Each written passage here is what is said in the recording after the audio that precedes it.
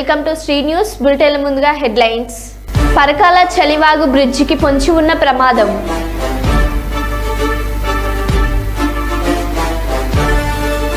ఖమ్మం జిల్లా ప్రభుత్వ ఆసుపత్రిలో వైద్యం కరువు ముచ్చట్లకు పరిమితమైన డాక్టర్లు.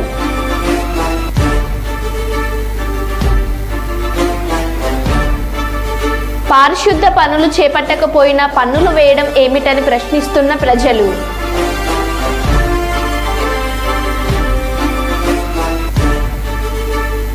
వర్షాల కారణంగా సింగరేణిలో బొగ్గు వెలికీతకు అంతరాయం.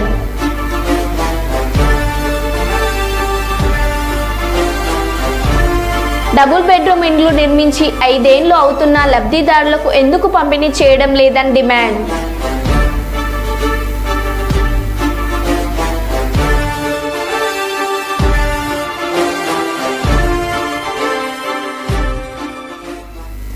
ఇక వివరాల్లోకి వెళ్తే, మహిబాద్ జిల్లా చిన్నగూడూరు మండల కేంద్రంలో దాశరథి శత జయంతి వేడుకలు ఘనంగా నిర్వహించారు.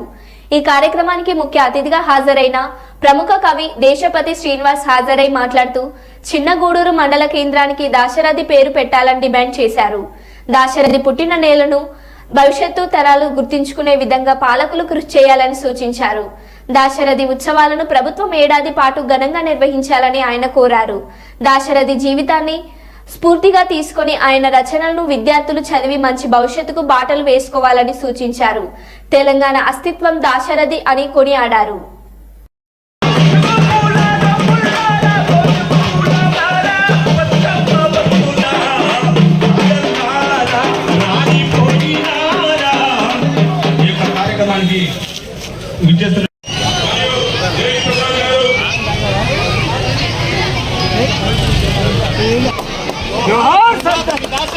जोहार जोहार जोहार प्रजाकवि दाशरथी जोहार जोहार जोहार महाकवि दाशरथी जोहार जोहार और अग्निधार दाशरथी जोहार जोहार అందరికీ కూడా పేరు పేరున హృదయపూర్వక కళాభోజనాలు. తెలంగాణ సాంస్కృతిక సారథి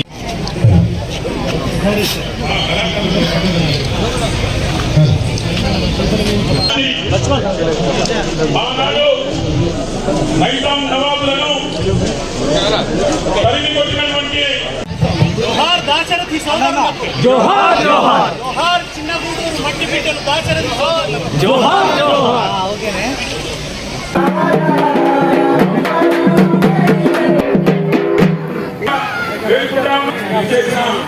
ప్రభుత్వ ఇంకో డాక్టర్ రామకృష్ణ నాయుడు గారికి మరియు డాక్టర్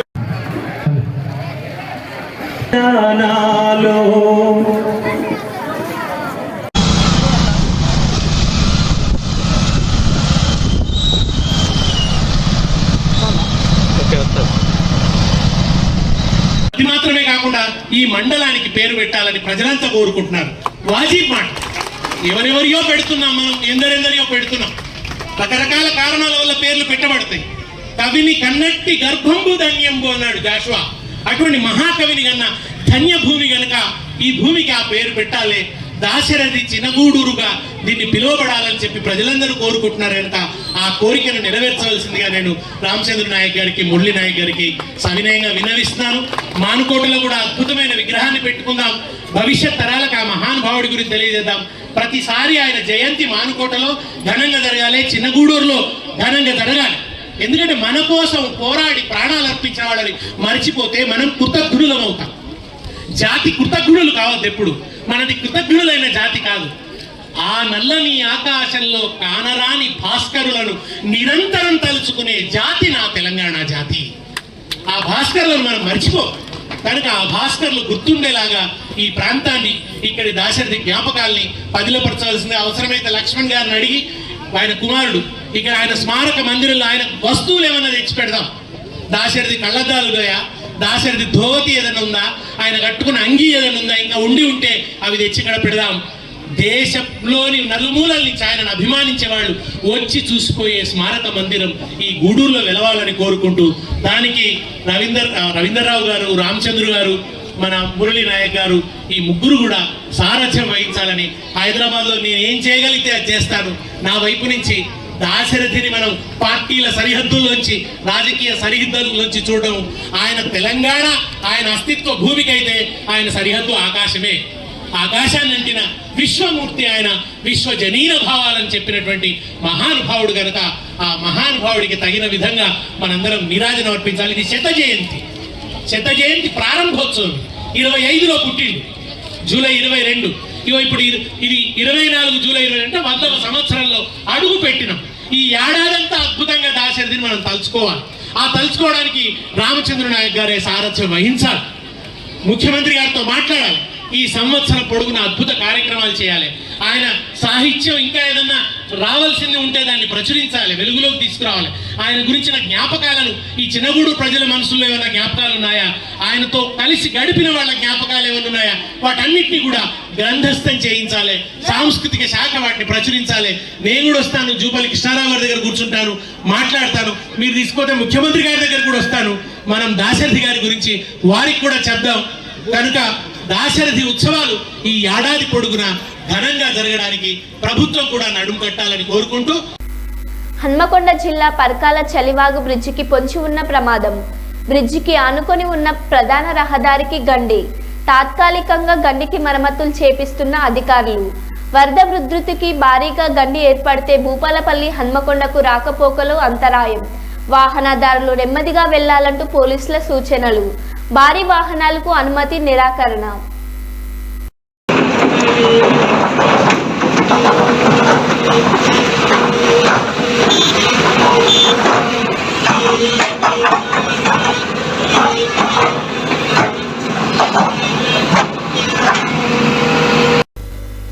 భద్రాచలం శ్రీ సీతారామచంద్ర స్వామి వారి ఆలయంలో ఆషాఢ పౌర్ణమి సందర్భంగా దమ్మక్క సేవా ఉత్సవం ఘనంగా నిర్వహించారు. భద్రాద్రిలో సీతారాములకు మొదట పూజలు చేసిన అపర భక్తురాలు గిరిజన మహిళ దమ్మక్కను స్మరిస్తూ ప్రతి ఏటా ఈ ఉత్సవాన్ని ఆలయ అధికారులు ఘనంగా నిర్వహిస్తున్నారు. తొలుత మన్యంలోని గిరిజనులను ఆలయానికి ఆహ్వానించి ధర్మక్క చిత్రపటంతో ఆలయ ప్రదక్షిణ, గిరిజన ప్రదక్షిణ నిర్వహించారు.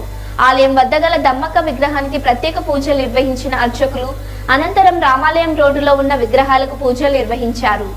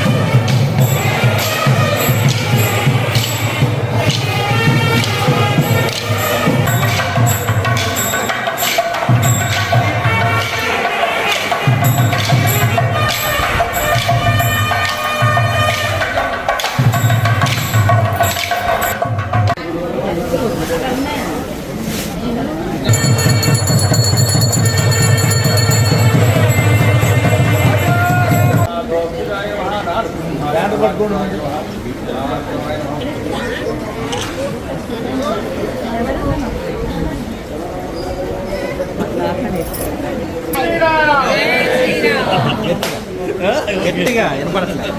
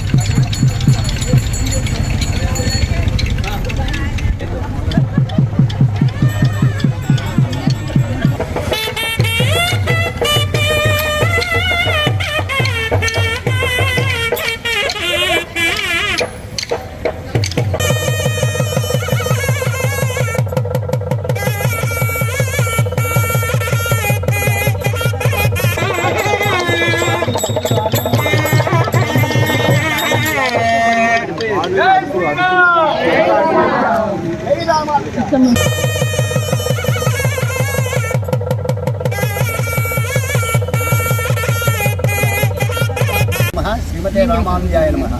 రామభద్రం చతుర్వేషాధీనం సీతాలక్ష్మణ సంయుక్తం ఛాయేత్ కల్పకర్షి హరి.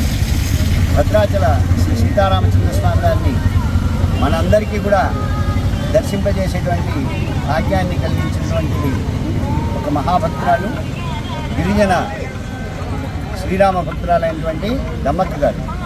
ఆవిడ శబరి అంశతో నిర్వహింపజేస్తున్నారు. ఇక్కడ కూడా దేవస్థానంలో కూడా ఇక్కడ గ్రామంలో ఉండేటువంటి ప్రముఖులు, గిరిజన ప్రముఖుల్ని ఆలయానికి రప్పించి ఇక్కడ స్వామి యొక్క శోభాయాత్ర చేసుకొని ఆ కళ్యాణంలో ఇక్కడ వారిని కూడా మనం సత్కరించుకోవడం జరుగుతుంది. ఇలాగే ఆశ్వేజ పౌర్ణమికి శబరి స్మృతి యాత్రను కూడా చేసుకుంటాం. ఈ రెండు ఉత్సవాలు కూడా ఆ గిరిజన భక్తులందరినీ కూడా మమైకమై తిరిగి స్వామి సేవలో పాల్గొనేలా మనం చేయడానికి ఏర్పాట్లు జరుగుతున్నాయి. అలానే వారందరూ కూడా వచ్చి చక్కగా పాల్గొని తరిస్తున్నారు. జై శ్రీరామ్. ములుగు జిల్లా ఏటూరు నగరం మండలం కొండాయి గ్రామానికి చెందిన మాదరి పోచమ్మ అనే వృద్ధురాలికి ఫిట్స్ వచ్చి అస్వస్థకు గురి కాగా సమాచారం తెలుసుకున్న ఎన్డీఆర్ఎఫ్ బృందం ఎయిర్ బోట్ సహాయంతో జంపన్న వాగు దాటించారు. కాగా జంపన్న వాగుపై నిర్మించిన తాత్కాలిక రోడ్డు గత 10 రోజుల క్రితం కురిసిన వర్షానికి వాగి వృద్ధుతికి కొట్టుకుపోయింది. దీంతో కలెక్టర్ ఆదేశాల మేరకు ఇక్కడ 2 ఎయిర్ బోట్స్ ను ఏర్పాటు చేశారు. వృద్ధురాలిని వాగు దాటించి చికిత్స నిమిత్తం అంబులెన్స్ లో ఏటూరు నగరం సామాజిక ఆసుపత్రికి తరలించారు.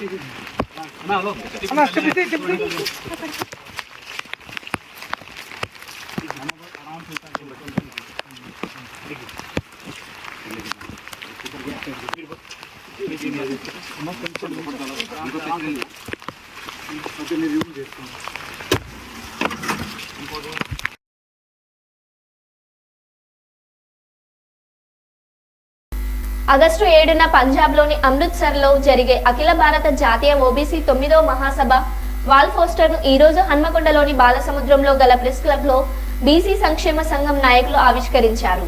ఈ కార్యక్రమానికి ముఖ్య అతిథిగా విచ్చేసినటువంటి వడ్లకొండ వేణుగోపాల్ గౌడ్ మాట్లాడారు. మన చెమట చుక్కల ద్వారా మన నెత్తుటి చిందించి దేశ సంపదను సృష్టించే మనం అన్ని రంగాల్లో వెనుకబడడానికి కారణం చట్టసభల్లో రిజర్వేషన్లు లేకపోవడమేనన్నారు. జై బీసీ, జై బీసీ, బీసీల ఐక్యత, బీసీల ఐక్యత.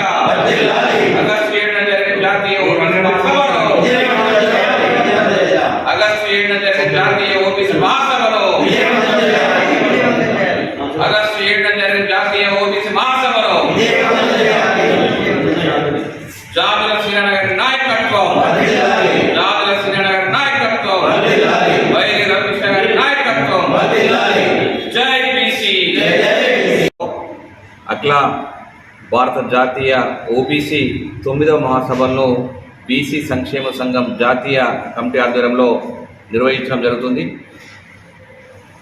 ఈరోజు మరి దేశ జనాభాలో సగభాగానికి పైన 60% ఉన్న బీసీల పట్ల ఈ కేంద్ర రాష్ట్ర ప్రభుత్వాలు అనుసరిస్తున్న వైఖరిని వ్యతిరేకిస్తూ బీసీలు ఎదుర్కొంటున్న అనేక సమస్యల సాధన కోసం దేశవ్యాప్తంగా అన్ని రాష్ట్రాలకు వెళ్ళి ఇచ్చేస్తున్న బీసీ ముఖ్య కార్యకర్తలతో ఆ సమావేశం ఏర్పాటు చేయడం జరుగుతుంది. కాబట్టి ఆ కార్యక్రమం ద్వారా మేము డిమాండ్ చేసింది ఏంటంటే, ఆ సభ ద్వారా ఈరోజు బీసీలు ఎదుర్కొంటున్న ప్రధాన సమస్య బీసీల కులగణన చేపట్టాలి. బీసీల కులగణన చేపట్టి బీసీల జనాభా దామాష ప్రకారం బీసీల రిజర్వేషన్లు చట్టసభల్లో స్థానిక సంస్థల్లో ఖచ్చితంగా ఇవ్వాలని, విద్యా ఉద్యోగ రంగాల్లో కూడా బీసీల వాటా ప్రకారం బీసీలకు రిజర్వేషన్లు అనే ప్రధాన డిమాండ్ తోటి ఆగస్టు 7వ తారీఖు రోజును జాతీయ ఓబీసీ మహాసభను ఏర్పాటు చేయడం జరుగుతుంది. కాబట్టి ఈ కార్యక్రమానికి వరంగల్ ఉమ్మడి జిల్లాల నుండి బీసీలంతా పెద్ద ఎత్తున తరలి వచ్చి సభను విజయవంతం చేయాలని చెప్పి నేను పిలుపునిస్తున్నాను. ఈరోజు కేంద్రంలో ఉన్న ప్రభుత్వాలు, అనేక ప్రభుత్వాలు, కాంగ్రెస్ ప్రభుత్వం కానీ బీజేపీ ప్రభుత్వం కానీ కులగణన చేపడతామని చెప్పి అనేక సార్లు వాళ్ళు వాగ్దానాలు చేస్తున్నప్పటికీ కూడా తీరా సమయం వచ్చేసరికి కులగణన చేపట్టడంలో ఈ కేంద్ర ప్రభుత్వాలు వెనుకపోతున్నాయి. కాబట్టి కాంగ్రెస్ ప్రభుత్వం ఉన్న ఎన్నికల మేనిఫెస్టోలో మేము ఎన్నికల్లో గెలిస్తే ఖచ్చితంగా బీసీల కులగణన చేపట్టి వారి జనాభా దమాష్ ప్రకారం రిజర్వేషన్లు ఇస్తామని చెప్పి చెప్పడం జరిగింది. అలాగే మేము నరేంద్ర మోడీ కూడా అడుగుతున్నాం, మరి దేశంలో అధిక శాతం ఉన్న బీసీల కులగణన చేపట్టాలి. ఈరోజు కుక్కలకు నక్కలకు అందరికీ కూడా వాటి లెక్కలు తీస్తున్న ఈ ప్రభుత్వాలు మరి అధిక శాతం ఉన్న బీసీల లెక్కలు ఎందుకు తీయట్లేదు అని చెప్పి అడగడం జరుగుతుంది. ఖచ్చితంగా 10 సంవత్సరాలకు ఒకసారి జనాభా లెక్కలు తీస్తారు. ఆ జనాభా లెక్కల్లో మరి సోదర ఎస్సీ ఎస్టీల జనాభా లెక్కలు తీసి వారికి అనుకూలంగా వారికి రిజర్వేషన్లు ఇస్తున్న పరిస్థితి మనం చూస్తున్నాం. మరి బీసీల జనాభా లెక్కలు ఎందుకు తీయట్లేదు? బీసీల జనాభా లెక్కలు తీస్తే మీకు పోయేదేముంది? మా వాటా మాకు ఏమి మేము అడుగుతున్నాం. కాబట్టి ఖచ్చితంగా ఈ కేంద్ర ప్రభుత్వం నరేంద్ర మోడీ గారు ఖచ్చితంగా ఈసారి జరిగే జనాభా లెక్కల్లో బీసీల కులగణన చేపట్టి బీసీలకు న్యాయమైన డిమాండ్లు, మేము అడుగుతున్న డిమాండ్లను ఇవ్వాలని చెప్పి మేము కోరుతూ ఈ మహాసభను ఏర్పాటు చేస్తున్నాం. కాబట్టి ఈ మహాసభకు పెద్ద ఎత్తులో వరంగల్కి వెళ్ళి తెరవాలని చెప్పి నేను పిలిపిస్తున్నాను.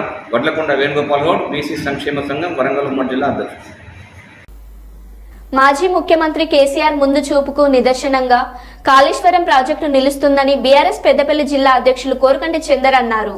ఈ మేరకు పెద్దపల్లి జిల్లా గోదావరికని పార్టీ కార్యాలయంలో జరిగిన మీడియా సమావేశంలో ఆయన మాట్లాడారు. కాళేశ్వరం మునిగిందని కాంగ్రెస్ నాయకులు అసత్య ఆరోపణలు చేశారని, అవన్నీ అబద్ధమని, తాజా కాళేశ్వరం ప్రాజెక్టులో నీటి నిల్వతో తెలిసిందని అన్నారు. కాళేశ్వరం తెలంగాణకు వరం లాంటిదని, అలాంటి ప్రాజెక్టుపై కాంగ్రెస్ నాయకులు కుట్రలు చేస్తున్నారని విమర్శిస్తున్నారు.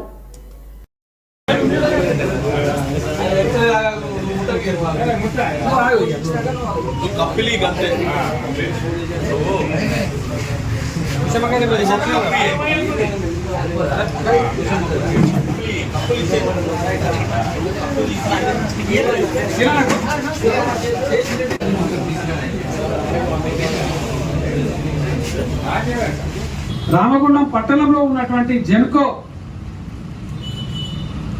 డిపోరస్ సంబంధించి దాన్ని సింగరేణి ద్వారా కాకుండా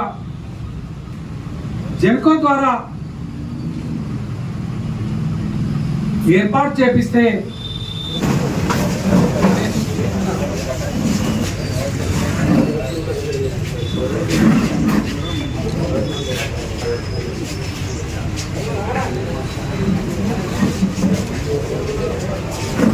రైతు రుణమాఫీ అయోమయం భజగోవిందం లాగా ఉంది. సీఎం గారు ఒకే దఫలో రుణమాఫీ చేస్తున్నామని చెప్తారు, మంత్రులేమో 3 దఫాలుగా చేస్తున్నామని అంటారు. కేసీఆర్ గారు ఆనాడు 4 విడతలుగా చెప్పింది చెప్పినట్టు చేసినటువంటి గొప్ప రైతు బాంధవుడు కేసీఆర్ గారు. రైతు బంధు 700 కోట్ల రూపాయలను ఆనాడు డిసెంబర్లో ఎలక్షన్ కోడ్ సందర్భంగా వీళ్ళే ఎన్నికల కమిషన్కు చెప్పి ఆపించి ఆ 700 కోట్ల రూపాయలను ఇప్పటి వరకు రైతు భరోసా ఇస్తామని ఇవ్వనటువంటి యొక్క మోసం పూరితమైనటువంటి మాటలు మాట్లాడి అబద్ధాల ప్రచారంతో అధికారంలోకి వచ్చినటువంటి ఈ యొక్క కాంగ్రెస్ పార్టీ ఎలా రైతులకు ఇస్తాన్న బోనస్ ఇవ్వడం లేదు, రైతులకు ఇస్తాన్న భరోసా ఇవ్వడం లేదు, కౌలు రైతులకు ఇవ్వడం లేదు. రైతులు ఎలా ఆగ్రహంతో ఉంటే రుణమాఫీ చేస్తున్నామని అనేక రకాలైనటువంటి ఆంక్షలతోని ఈ రుణమాఫీ చేసినటువంటి ఈ సందర్భంలో సంబరాలు జరుపుకుంటుంటే రైతులు ఎలా ఆశ్చర్యపోతా ఉన్నారు. తూర్పున వెళ్తున్నటువంటి నీళ్లను పడమర దిశగా ప్రవహించే విధంగా చేసి దిశను మార్చి తెలంగాణ ప్రజల దశను మార్చినటువంటి కేసీఆర్ గారి నాయకత్వాన్ని పలుచన చేయడం కోసం కాళేశ్వరం ప్రాజెక్టు కూలిపోయింది, కోట్ల రూపాయలు నీళ్ళల్లో పోసినట్టే అయిందని అబద్ధపు ప్రచారాలు చెప్పినటువంటి ఈ యొక్క కాంగ్రెస్ పార్టీ మోసపూరితమైనటువంటి మాటలు మాట్లాడింది అనేది ఇలా ప్రజలకు అర్థమైపోయింది. వాళ్ళ మోసాన్ని ఇలా ప్రజలు చూస్తూ ఉన్నారు. నేడి గడ్డలో ఇలా గోదావరి పరవలు తొక్కుతా ఉన్నది.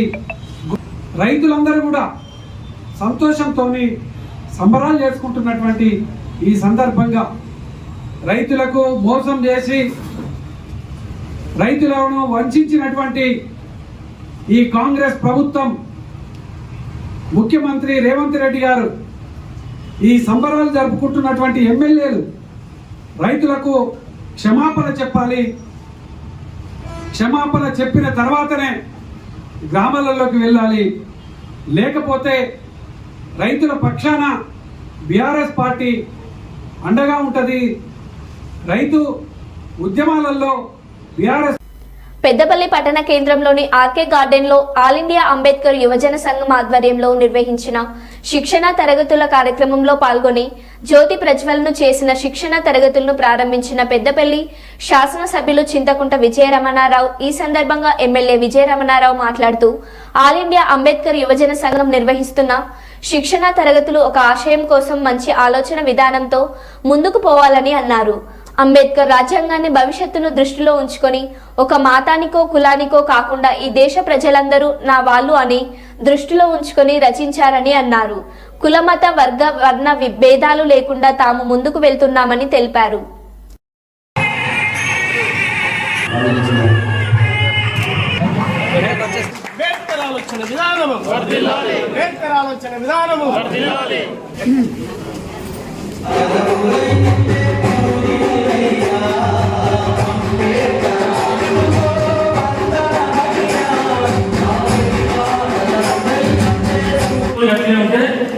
ప్రజలు మనల్ని విశ్వసిస్తారు. నేను కులాల కంటే ఎక్కువ నా సొంత వ్యక్తులు ఎక్కువ నమ్ముతాను. అది ఏ కులమన్నా కానీ ఏ మతమన్నా కానీ నాకు సంబంధం లేదు. ఎందుకంటే నాతో వేలాది మంది కార్యకర్తలు ఉంటారు. మా నియోజకవర్గం 30 ఏళ్ళకైతే రాజకీయాలు ఉన్నా అన్ని వర్గాలు అన్ని కులాల వ్యక్తులు నాతో ఉంటారు. అందరు నాతో కూర్చుంటారు. అందరు నా డైనింగ్ టేబుల్ కూర్చొని తింటారు. నాతోని అందరు నా బెడ్రూమ్ లాగతారు. అందరూ మా టీచర్ లాగతారు. ఎవరికి ఎలాంటి భేదాభిప్రాయాలు ఉన్నాయి అంటే వ్యక్తి ఇంపార్టెంట్. కానీ వాళ్ళ ఏదైతే మీరు శిక్షణ తరగతులు పెట్టుకున్నారో ఒక మంచి ఆశయం కోసం, ఒక మంచి ఆలోచన విధానంతో రేపు ఏదైతే గత 75 సంవత్సరాల భారత స్వతంత్ర చరిత్రలో ఆనాడు స్వాతంత్రం వచ్చిన తర్వాత మా అంబేద్కర్ గారు రాజ్యాంగాన్ని రాసే బాధ్యత ఈ దేశంలో ఉన్నటువంటి గొప్ప గొప్ప మేధాలు ఆ రోజు ఒక దగ్గర కూర్చొని ఆనాడు మరి అంబేద్కర్ గారికి అప్పచెప్పడం జరిగింది.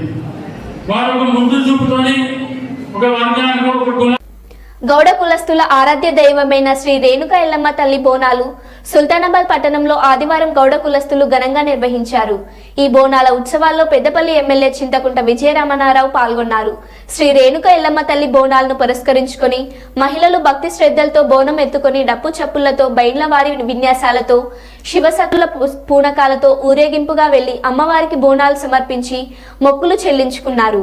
ఎమ్మెల్యే విజయరమణారావు మాట్లాడుతూ ఎల్లమ్మ తల్లి ఆశీస్సులతో ప్రజలందరూ సుఖ సంతోషాలతో ఆయురారోగ్యాలతో వర్ధిల్లాలని, అమ్మవారి దయ వలన మంచి వర్షాలు కురుస్తున్నాయని, రైతులు పాడి పంటలతో వర్ధిల్లాలని అన్నారు.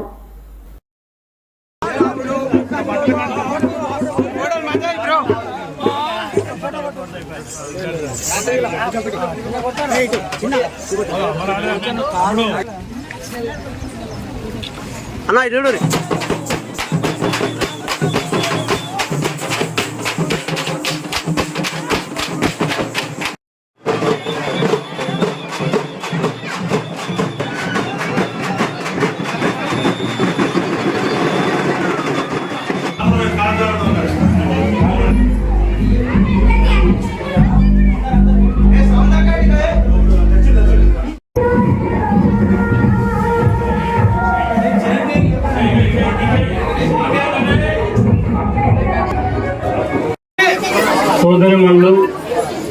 సోదరులు ఎల్లమ్మ బోనాల కోసం మరి గత 2 రోజుల నుంచి నిష్టగా ఇంటికాడ పూజ చేసుకొని ఇలా ఉపవాసం ఉండి ఎల్లమ్మ తల్లికి బోనాలు సమర్పిస్తున్నటువంటి ఈ సందర్భంగా మీ అందరికీ ఆ ఎల్లమ్మ తల్లి ఆశీస్సులు ఉండాలని చెప్పి మా అమ్మవారిని మనస్ఫూర్తిగా కోరుకుంటూ ఇప్పుడు ఆషాఢ మాసం అంటేనే అమ్మవారు.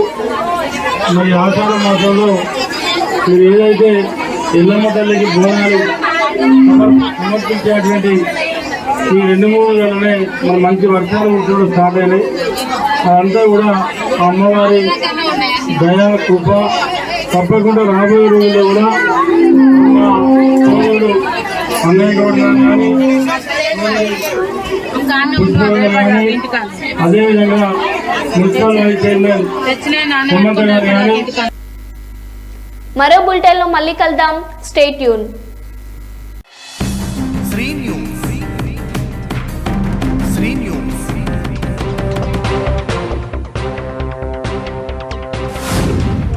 శ్రీ న్యూస్.